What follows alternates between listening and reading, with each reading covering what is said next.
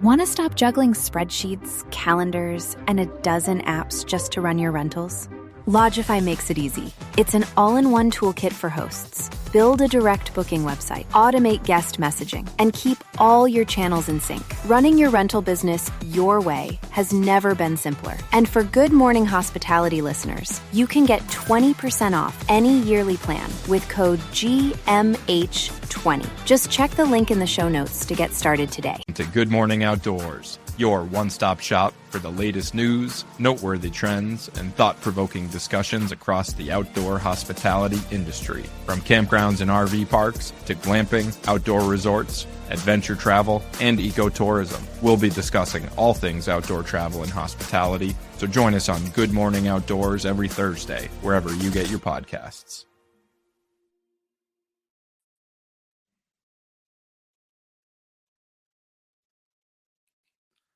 Good morning. Good morning.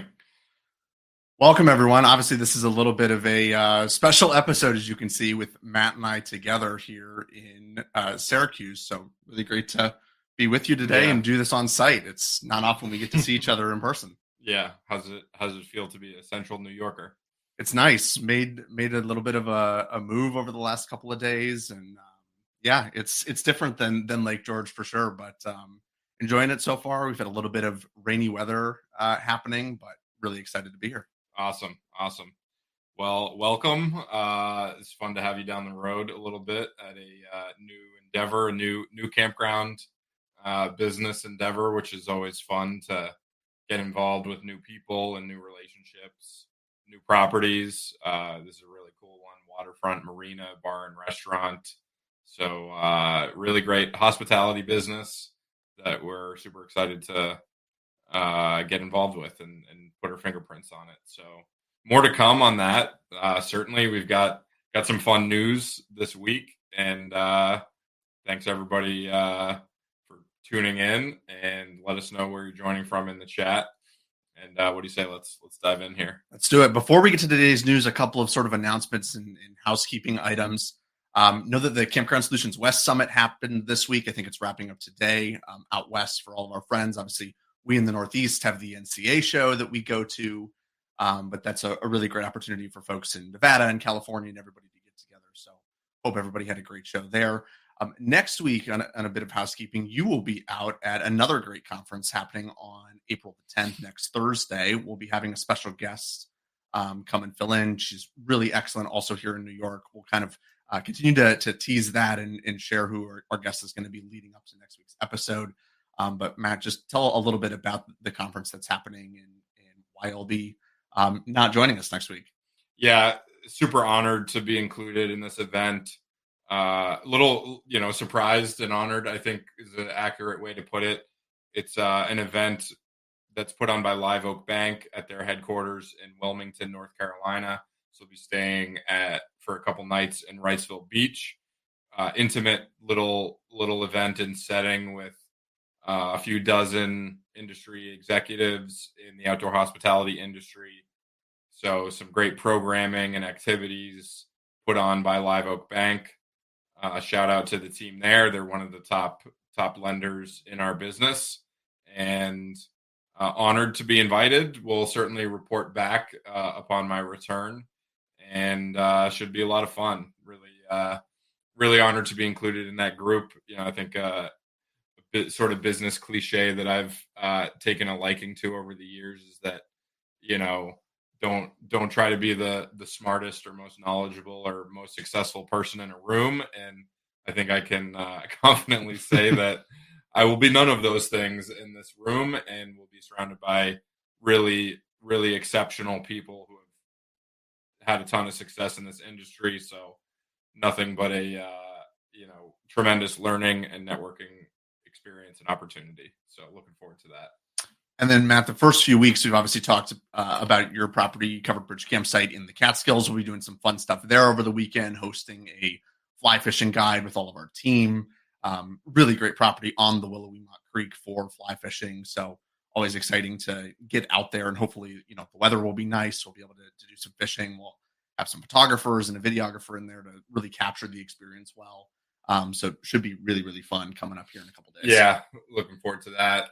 bringing the family down, getting the team together, sort of dual purpose and benefit here of kicking off the season with some changes. We talked about the Jupe tents that we are planning to set up in the next couple months.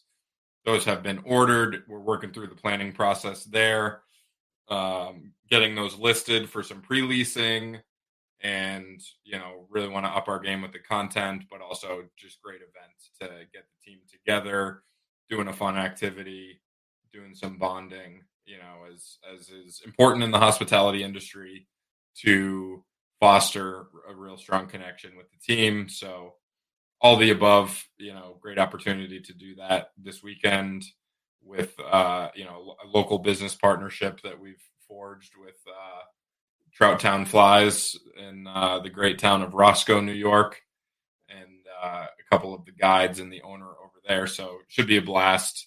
We'll have some fun video and photos to share soon enough. And, it's busy season. It's April. We're opening May 1st. Got a lot of work to do. Just working through all that. So it's been fun. Absolutely. Well, with that, I'd say let's jump into the news this morning. We're going to start with a bit of a familiar mention. We mentioned Under Canvas last week in the news as well, and I think we've mentioned them a couple of times so far.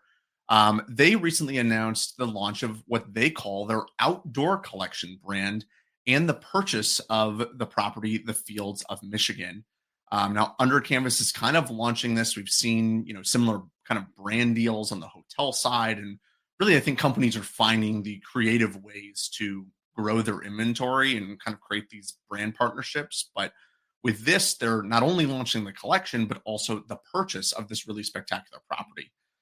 So the Fields of Michigan is founded by, Irene Jones. She built 19 keys on this kind of family-owned blueberry farm, really deep sort of experiential components to this property with like the farm-to-table dining and chef-inspired meals. They've got, wine tastings that are curated by a sommelier. Like everything like that is just, something that is continuing to grow. Spa services down by the river, hiking trails. She's got a great kind of marketing and business background. And after 7 years of running the property, she's really, sold. So congrats to Under Canvas. Matt, what do you make of this deal and them really purchasing this property and launching their outdoor collection? I love it. At a high level, I love it. I think it's great for the industry. Huge kudos and congrats to Irene and the team over there. They've put out a ton of great content and shared their story and shared how they've had such a great success with, as you noted, a very experience rich business and phenomenal property over there. I found it very interesting from the Under Canvas side, just that their name and their brand, they're super brand forward. I think it's a great move. I didn't necessarily expect it for them to kind of branch out with taking on other brand names. I'm a fan. The other property, Bar and Ranch, really, really cool property, phenomenal property. My immediate takeaway was that it's a traditional lodge. It's kind of an old-timey lodge. There doesn't appear to be any canvas on the property. Maybe I'm a little too literal with that, but that's where my mind first went is, the name of the company is Under Canvas. That's their identity, is these canvas tents, really having that immersive nature experience. It's just a different experience to anybody who's glamped in a tent with soft walls, especially those light, airy canvas tents. There's no noise barrier. Like you hear the trees moving, you hear the birds chirping, the wind rustling the leaves. It feels like you're outside. So it's just a different experience, a different look. I think it's good. I think it'll take some, kind of evolving to integrate that. We seem to be in an era of kind of brand expansion and multiple brands living under the same roof, especially in our little corner of the hospitality industry. So encouraging this kind of activity is always good to see. It's fun. It's fun to talk about. It's fun to look at and imagine, how these things are going to evolve and change over time. So I'm all for it. Yeah, absolutely. I think it's really smart for them to launch this as kind of a separate brand within the Under Canvas ecosystem in itself by branding it as this outdoor collection. I think it does preserve kind of their own properties. And of course, we talked last week about the $50 million kind of bolstered spend that they were doing within their own locations, adding 2 new locations out west, really expanding the lodging on their properties. So they're kind of getting the best of both worlds in the sense that they're making their properties better, continuing to own more high quality real estate and really great markets and locations. But the Fields of Michigan has been one of the most sought after glamping properties, and Irene is kind of has been one of the most sought after not only leaders in the space but women in the glamping space. You don't see too many properties that are wholly owned by a woman, especially on the glamping or more lodging side. So really, really cool property for Under Canvas to kind of bring into their ecosystem and obviously kind of purchase. But I think it does really, they do a good job of preserving the brand and kind of making it fit into the Under Canvas collection as well. So congrats to Irene, congrats to Under Canvas. Obviously we'll continue to sort of see how they continue to grow. I'm sure they're not stopping at 2 locations for this outdoor collection. This is just what they've decided to launch with. But really 2 great partners coming together, and excited to see how both of these properties continue to develop moving forward. The next story we'll talk about today really got on our radar from GMH Europe. So Leo, thank you so much for mentioning this on that episode. If you caught that, they discussed a little bit about HolaCamp raising $10 million. Of course, this is a European-based company with locations mainly in Spain and Portugal. They've got 11 locations, founded back in 2023. And they've got some really, big expansion plans on the horizon. They're forecasting or trying to hit about 30 million in revenue projected for this year in 2025. They're really discussed in the press release from them investments into data collection, booking engines, dynamic pricing, guest experiences, of course, obviously continuing to grow their locations, their lodging, all of that stuff. But I think it's, we talk a lot about consolidation here in the US or the North American market. That for sure is a thing kind of out in Europe as well. So with 11 locations, that is a lot for that kind of European market. So incredible growth so far. This is obviously a great investment from a capital firm to add another sort of 10 million to the fire here. Matt, how do you we don't talk or obviously know very much about the European camping market from personal experience, but we talk to a lot of folks who are over there who have projects in the works or are continuing to do this. What does this sort of tell you about where things sit in the European camping market? Really great question. How I look at this is that in Europe, this market of glamping and outdoor lodging, I wouldn't say camping, but on the higher end of the market with glamping and outdoor lodging, it's a far more mature market in industry in Europe than it is in the US. We just talked about Under Canvas, who is kind of viewed as the pioneers of American glamping. And they were founded around 2010, I think maybe 2009, which to us in America is a lifetime ago in the glamping world. And, they cite their direct inspiration from actual safaris in Africa. And that's kind of where this was all born. And naturally, people who are located in Europe had more convenient access to safaris in Africa than people in America do, for the most part. It's shorter flight. And so I think that's kind of the way oversimplified story here of, we're seeing these kind of investments. That's a significant chunk of change invested in a company that has 11 locations, all focused in Spain and Portugal. They've got a cool mix of cabins and bungalows and tent camping. So a pretty eclectic mix.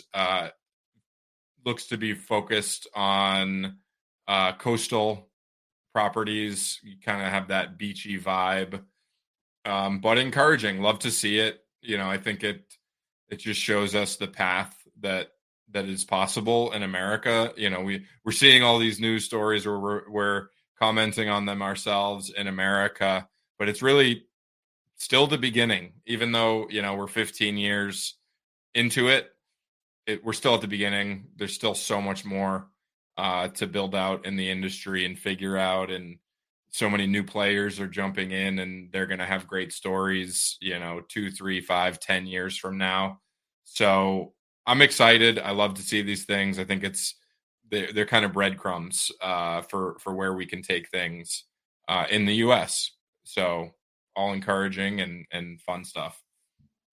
Absolutely. And I love where the investment is going as well. I think focusing on the data, the tech, really getting the pricing right. They're being incredibly smart about it. This feels like the type of startup environment and really just company leadership that you really need to grow this into a larger brand and continue to get more locations. So really encouraged by that fact that this is not just real estate and lodging that they're putting into. They're valuing the guest experience. They're valuing technology in how to continue to use better customer data to personalize experiences.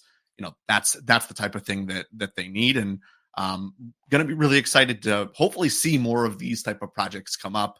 But really amazing for HolaCamp. And who knows, maybe someday we'll get out there and see one of these 11 locations in person. The next story we've got today is a little bit of a fun one. I think we both kind of first saw this from Joel Holland, who we both know well, CEO of Harvest Toast on LinkedIn. They had a little bit of a press release or an announcement, you should say, as well from the Harvest Toast brand, but they announced what is called RV Rides by Harvest Toast. So Uber and Lyft, look out, because there is now RV sharing or pooling kind of coming to the market. Obviously, most people probably know of, an RV share or Cruise America type of RV rental service that exists in the market today, where anybody can just sort of get it and who's new to RVing, doesn't own one, and see the country. They dropped a YouTube short with this announcement to kind of describe what this is. And it's really, getting with a bunch of folks and pulling your RV from one place to another. I think it's a really interesting concept, I would say. The reaction was a little bit mixed, as far as some people were a little, kind of funny about it. What do you think, Matt? Is this going to take fire, or is this something that maybe a little bit too crazy for the time? Really good question, and super fun thing to just talk about. It's not for me. I am not the customer. It gives me flashbacks to using Uber Pool in college, and just, you never know what you're going to get, who you're going to be sitting next to in that. It's I would say it's a certain type of customer. I think there's plenty of those people out there. And I think what I love about this is that there was kind of some tongue-in-cheek humor from Joel, who we've both had the privilege of spending some time with. Super sharp guy, understands the industry as well as anybody, is really making an impact and putting his fingerprints on our industry, which is fantastic. So they had the tagline, because nothing says road trip like 10 strangers, one bathroom, and a dream, which is just fantastic, because it shows the awareness of like what this is. I think it's great. I think it's going to get a lot of use. I think it's going to get talked about a lot. Like I said, I never plan on using this, and I am a Harvest Host customer and member. So I believe in what they're doing, but it's kind of provide some commentary on our industry as well, is that camping isn't for everybody. It's for a lot of people, but it's not for everybody. And this is something that I think that follows along that path of not being for everybody.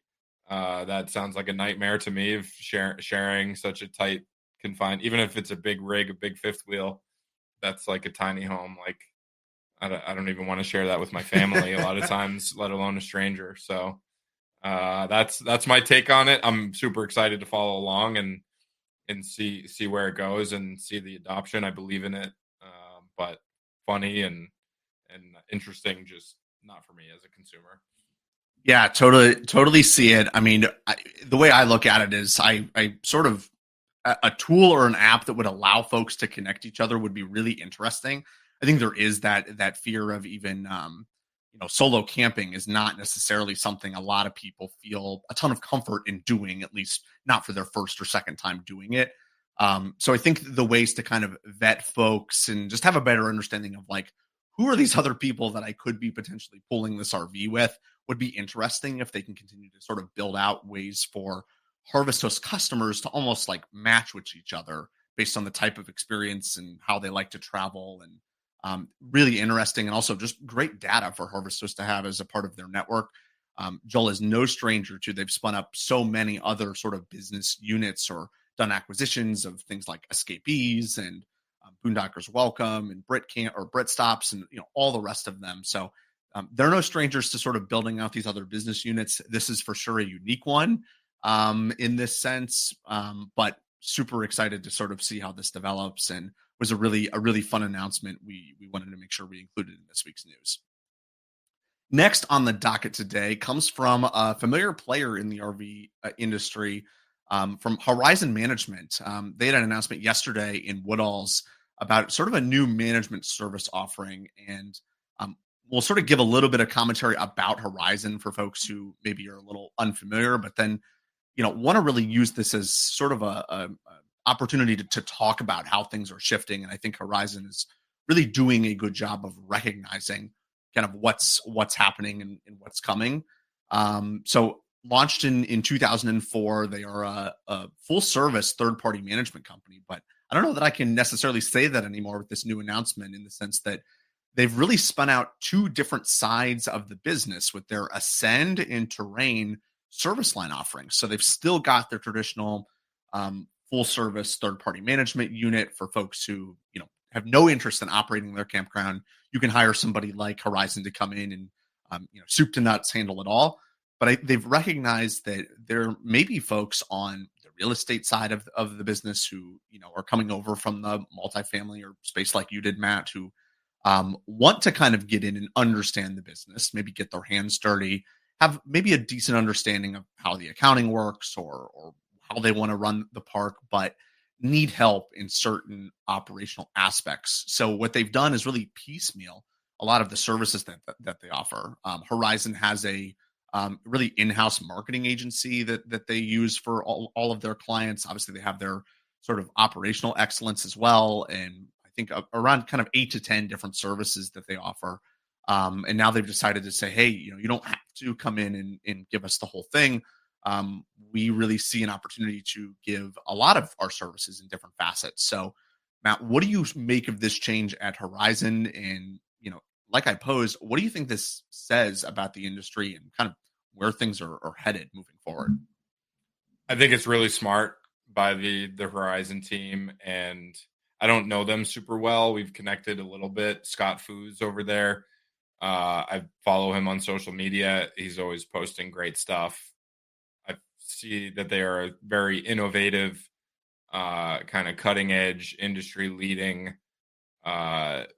team in this space. So shout out to them. I think it makes a ton of sense because it's a hard sell to sell third-party management.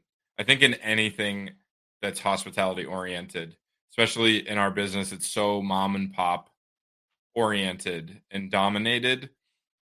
So we it's such an interesting subject to discuss third-party management of these types of businesses and assets with such predominantly mom and pop owners. These businesses are family businesses. They're the legacy of the owners. You do see some mom and pop owners stepping away, and maybe it doesn't make sense to sell, so they find a third-party manager. I think it's more common that these third-party managers are building relationships with kind of the new age of owners, private equity and investment companies and real estate firms.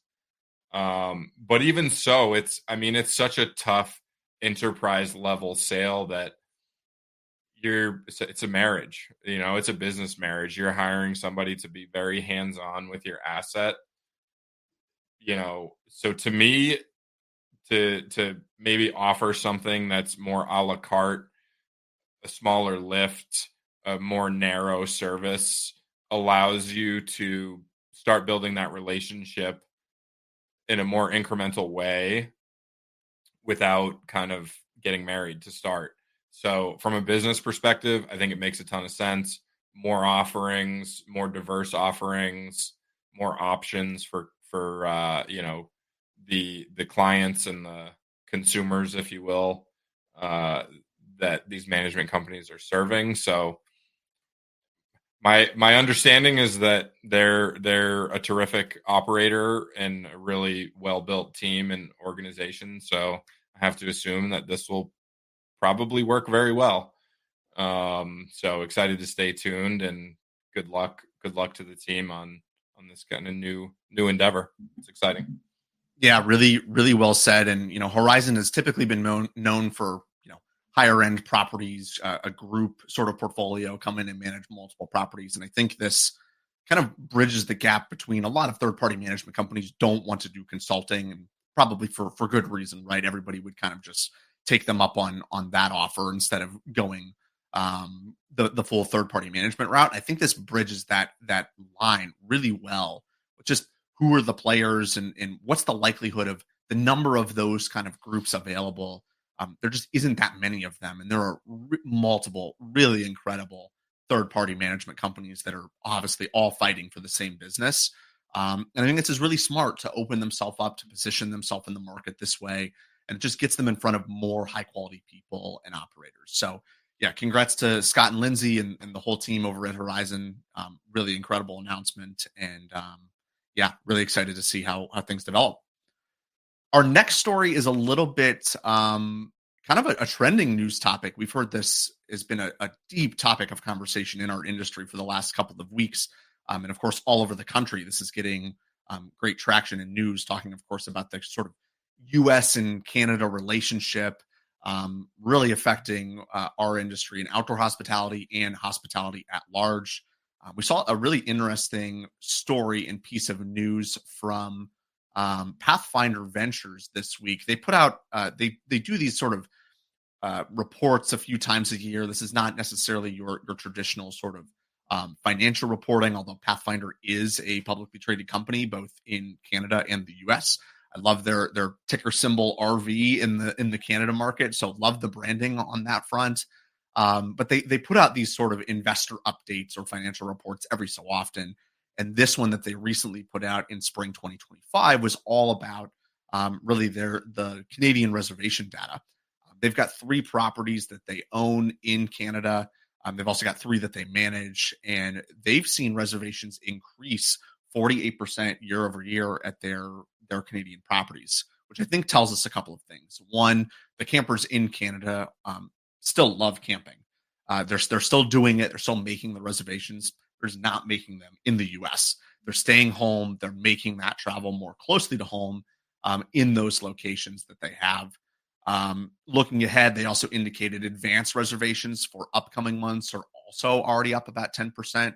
So good data sort of in the near future, really high increase. So obviously almost 50% increase is substantial for them. But you got to kind of look at this as, look, although they're I would say one of the sort of property companies in Canada that has more than one location, and it's a good piece of data. We're only really talking about 6 properties here between the 3 that they own and the 3 that they manage. So a little bit of good data on that side, obviously a little bit concerning of sorts for properties here in the US, obviously here in New York, Vermont, really, all over the Northeast here. A lot of Canadian travel coming in, as well as, to places like Florida, where Canadian travelers will come and often go down and make that bit of a travel. So this may be sort of a sign of more things to come with Canadians canceling their reservations or making changes. But Matt, how do you really see this news and how this fits into recent news and events? It's a mixed bag in my mind. It's good to see that the demand is there. It's just not coming to the U.S. anymore, or for the time being. You mentioned, there's a grain of salt here that it is a pretty small sample size. It's not insignificant though. It's it shows how politics and international relations and everything trickles down. We're seeing a real effect in our industry. We see it firsthand. We're in Syracuse, New York right now, not far from Canada. We see in the Adirondacks and kind of in North Country, as we call it, in upstate New York here, that some parks cater completely to Canadian customer bases. And that's what always scared me as an investor. When I started looking at parks in the Adirondacks, it was coming into the COVID era, and there were parks that were completely shut down because they were seasonal parks rented to full season RVers that were 100% Canadian, and the Canadians could not cross the border. So you have this industry that at a macro level has terrific fundamentals, incredible demand outpacing supply. And then it COVID exacerbated that. But that was the story for decades and decades and decades. Campgrounds are full, especially in the Northeast. That's just the way it is. But then you see this micro effect from park to park that, you go 100 miles south, and if that's too far for Canadians and it's an American customer base, that park is having the best year it ever had in its history, in its maybe 60-year history. 100 miles north, the park is completely empty because their customer base cannot cross the border. I looked at that and it made me nervous as an investor looking at parks for sale in the Adirondacks. On one side, I said to myself, well, that's probably never going to happen again. Like, there's probably never going to be a world event like that, or at least it'll be a long time, or that's such like a minute set of circumstances that if it's a good investment and it, goes to zero for 1 year, like hopefully over a long time horizon, 20 years, still a great investment.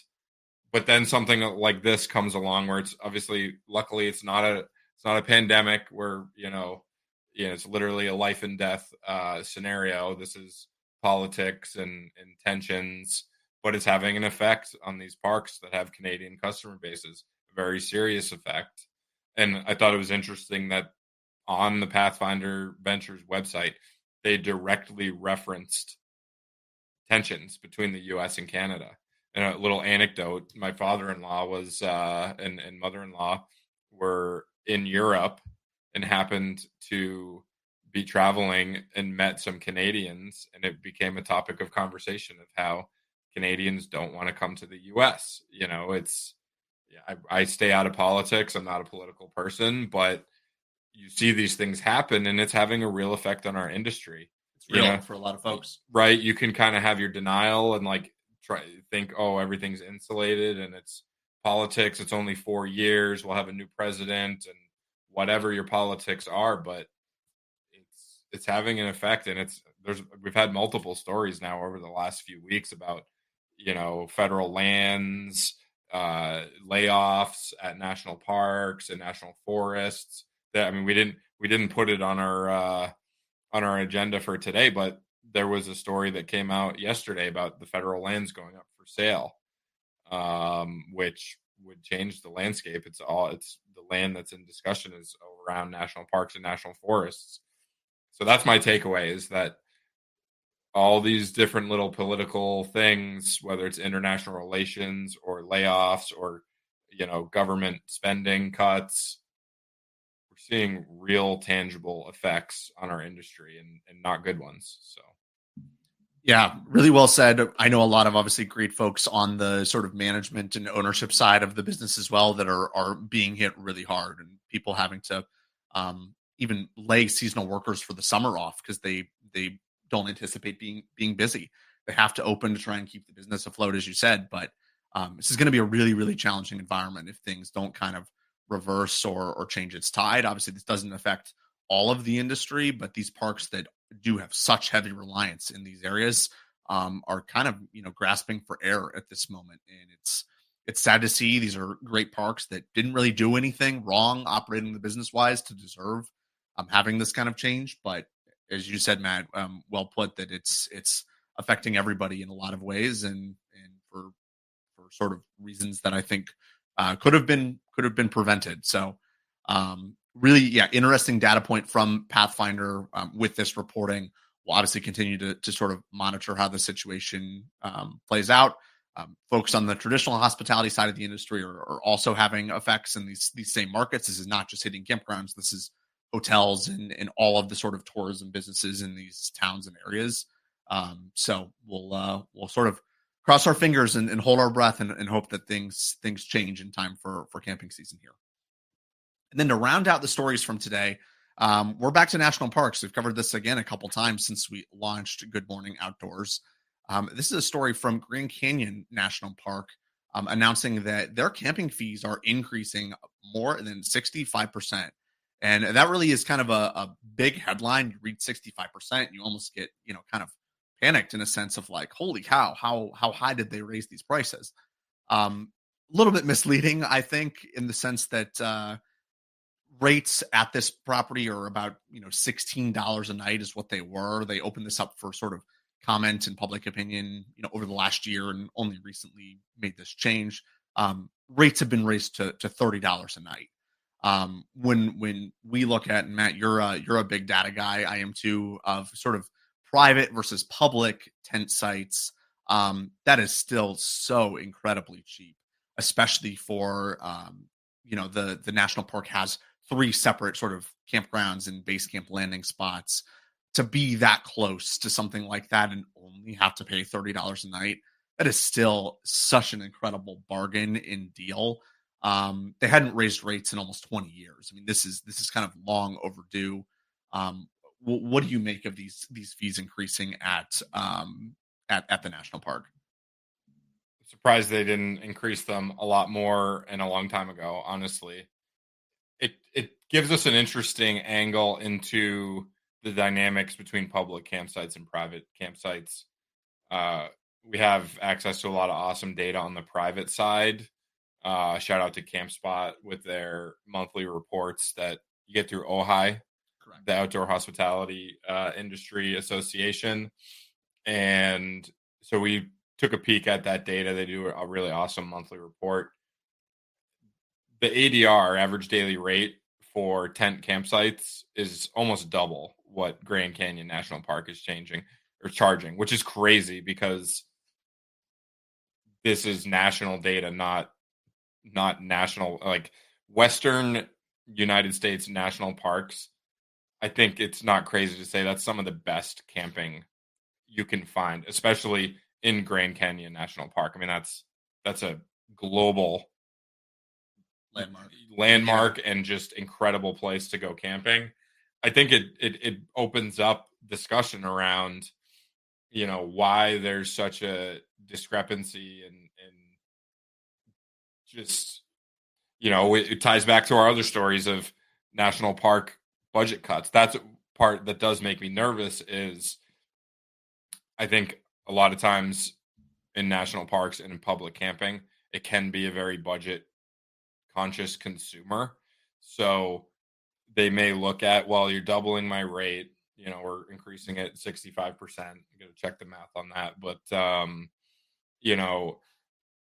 if that's coupled with staff cuts and maintenance cuts and all the things that we've heard about, there could be some consequences there. If you're doubling the rate, but the product gets worse, which I think is a very real possibility. And it's a shame, as a private campground owner, I don't own or operate anything near the Grand Canyon, but globally and then from a macro standpoint, if the public sites get more expensive and lower quality, that's a positive financially for a lot of private campground owners. That's a debatable statement because sometimes and a lot of times the draw for a private campsite is people camp privately, but then they venture out to the national park or to the state park for their daily activities. But for whatever reason, they want either the security or perceived security or amenities that a private campground can offer over a public campground. So there's nuance there for sure. But, and it's, you look at these, especially in the West, we have some beautiful state parks in New York and in the Northeast and in the East, but, you look at them as a business owner or an entrepreneur, and you immediately see that they are hemorrhaging money. They are not profit centers. They're constantly repaving roads and repaving parking lots and building new bathhouses and adding cabins.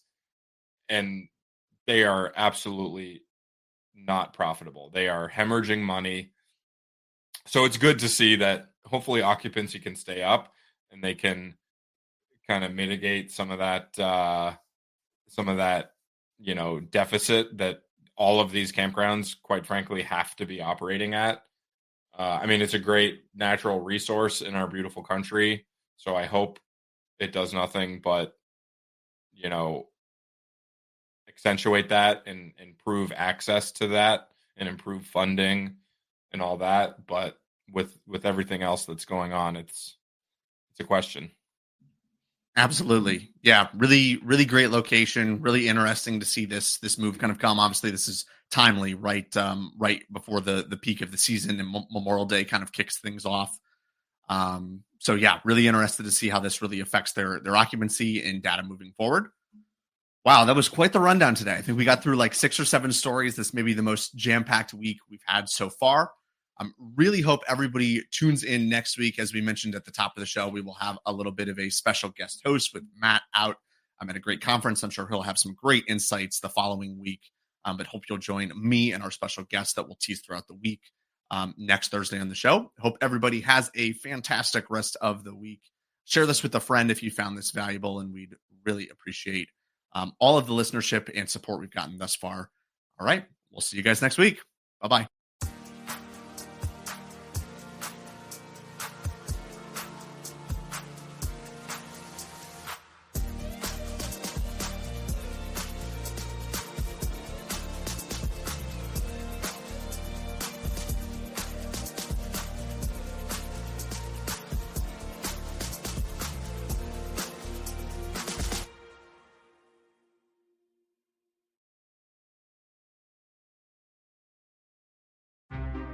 Want to stop juggling spreadsheets, calendars, and a dozen apps just to run your rentals?